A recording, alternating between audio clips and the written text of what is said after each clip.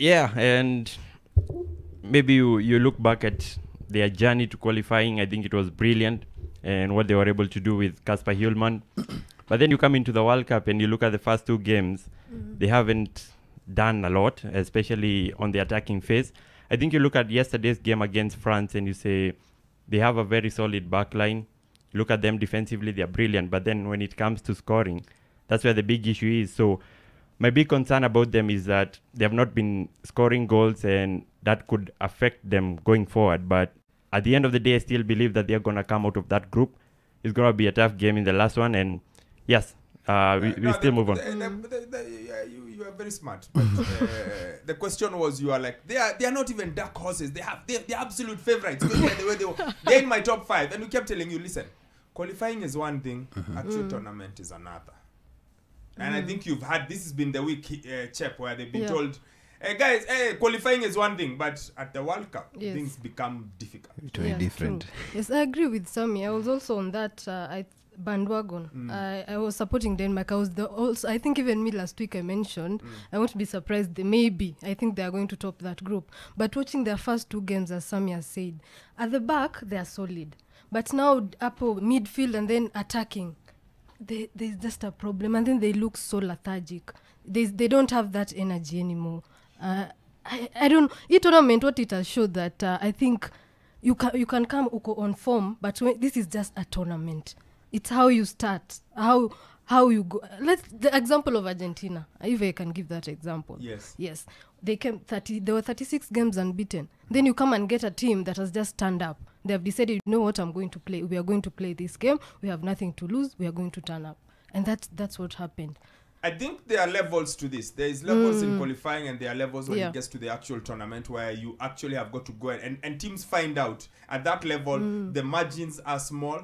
And I think a team like Denmark is just figuring it out. I also feel they were at the forefront of all the protests of what would happen in Qatar, and I think that has affected them a little bit. They were at their sponsor will not be on their shirts. They want to wear the armband. And I feel as if that at times distracts you from what exactly is supposed to happen. Teddy, what's been your standout moment of this one? Had to start with them because they are protagonists for Denmark. What's been your standout moment for the week? For the week? Yes, opening week of the World Cup. Yeah, it would be. There are so many good games. I think mine will be between Brazil and where they won the 2-0. Why? I think. When you look at the first half, the way they played, they really didn't look like they would score. But going into the second half, they just had the magic, this magic thing that showed up. And Richarlison, although he wasn't in the game, people were saying like that, but he really kind of showed up. Is it really not being in the game, or is it just an obdurate, well-disciplined, well-organized East European team? Because that's the highlight of any team from East Europe and the Nordic countries. Organization is part of it. You've got to be organized, you've got to be smart, and it just takes a while. It's sort of, you have got to continue chipping, because never in that game did I think Brazil would not win. Not for 1 minute. I knew it's just going to be chip.